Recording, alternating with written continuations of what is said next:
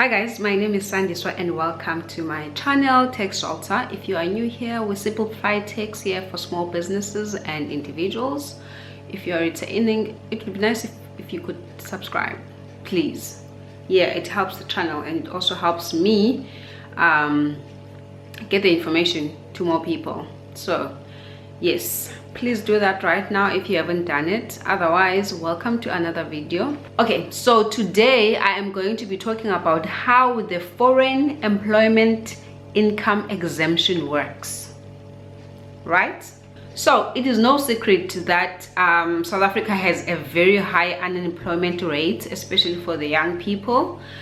It is also no secret that there are other challenges that South Africa is facing at the moment, or has been facing for a while.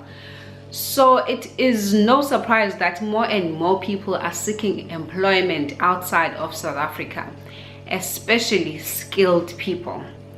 If you are one of those people who have been fortunate enough to get employment outside of our borders, well, I have not so good news for you. It is more than likely that you will pay tax on the income that you are receiving from wherever you are working from, or from wherever you are working. In other words, even though you are working outside of South Africa, you are most likely to still be paying tax in South Africa. The reason for this is because South Africa works on a resident-based tax system. In other words, even though you are working outside of the country, if you are still a tax resident of South Africa, please note that I didn't say a resident, just a resident, because you can be a resident of South Africa but not be a tax resident of South Africa. So if you are still a tax resident of South Africa, then you will be taxed on your worldwide income. In other words, it doesn't matter where you earn your income. If you are a tax resident in South Africa, then you will be taxed on that income. The good news is though, Section 10 of the Income Tax Act offers a list of conditions where foreign income earned at least up to 1.25 million can be exempt. This means that if you meet the list of requirements, a portion of your foreign income earned can be exempt from income tax. I am now going to be listing the conditions that you have to meet in order to qualify for this exemption. 1, you have to have a formal contract. In other words, you can't say that I work at this place, I earn this amount of money, but there is no contract. So there has to be a formal contract, an employment contract that states that so and so is working at this place and earning this much, and all the other things that a normal formal employment contract has. You must be a tax resident of South Africa.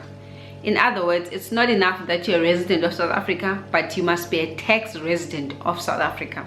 The third one is, in a 12-month period, you must have at least spent 183 days outside of South Africa working for your foreign employer, right? In other words, in a 12-month period, and this does not include this is in a 12-month period, right? Not in a 12-month tax season. 12-month period, you must have spent at least 183 days outside South Africa working for your employer. Now, the fourth one and the final one is at least 60 days of those 183 days must be continuous.